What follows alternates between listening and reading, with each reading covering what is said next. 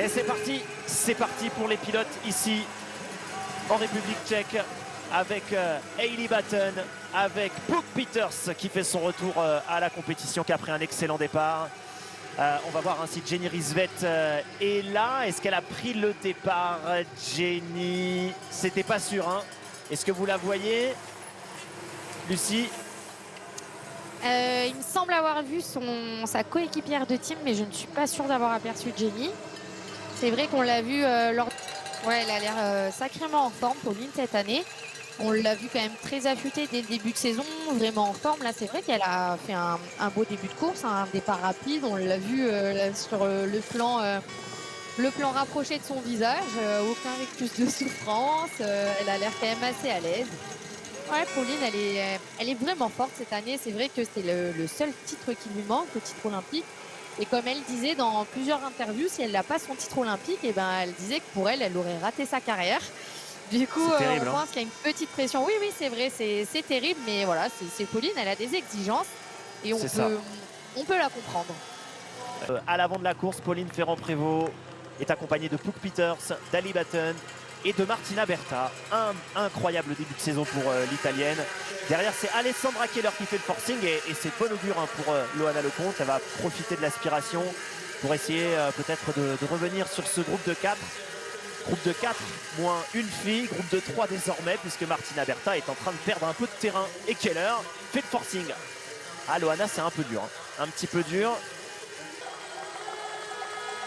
Oui, c'est vrai qu'on a vu Loana un petit peu chercher ses trajectoires dans cette montée là qu'on voit. C'est vrai que c'est pas évident par rapport à par exemple Pauline à l'image qui avait aucun changement de trajectoire, qui était fluide dans sa ligne. On la voit très à l'aise sur son vélo.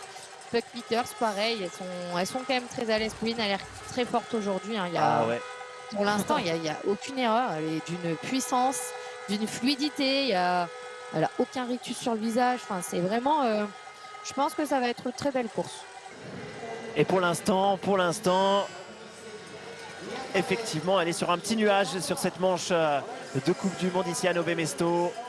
Pauline Ferrand-Prévot qui va boucler la fin du premier tour. En tête, devant sa rivale, Puk Peters, la championne du monde qui possède une petite poignée de secondes d'avance sur la championne d'Europe. Allez, Pauline Ferrand-Prévot dans les derniers instants pour aller décrocher une nouvelle victoire en Coupe du Monde. Ça fait déjà quelques mois qu'elle n'a plus levé les bras sur un XCO. Sa dernière victoire remonte à Val d'Isole 2022, si je ne dis pas de bêtises, où elle avait décroché le short track et le XCO.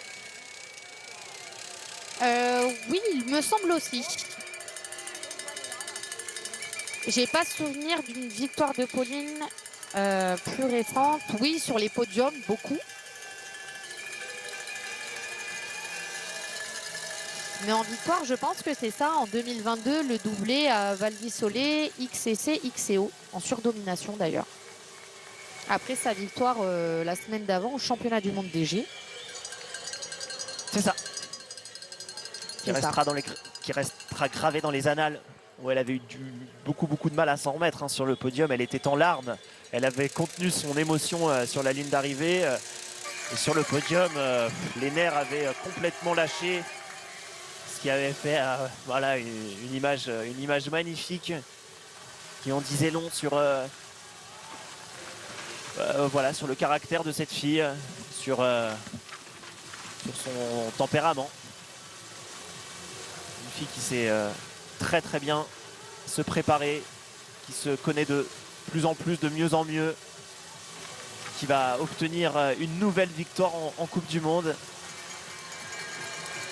Oui, parce que malgré tout, elle a quand même plus d'une dizaine de titres de championne du monde. Du coup, on pourrait penser que ça lui fait peut-être ni chaud ni froid de gagner, de remporter encore un titre de championne du monde.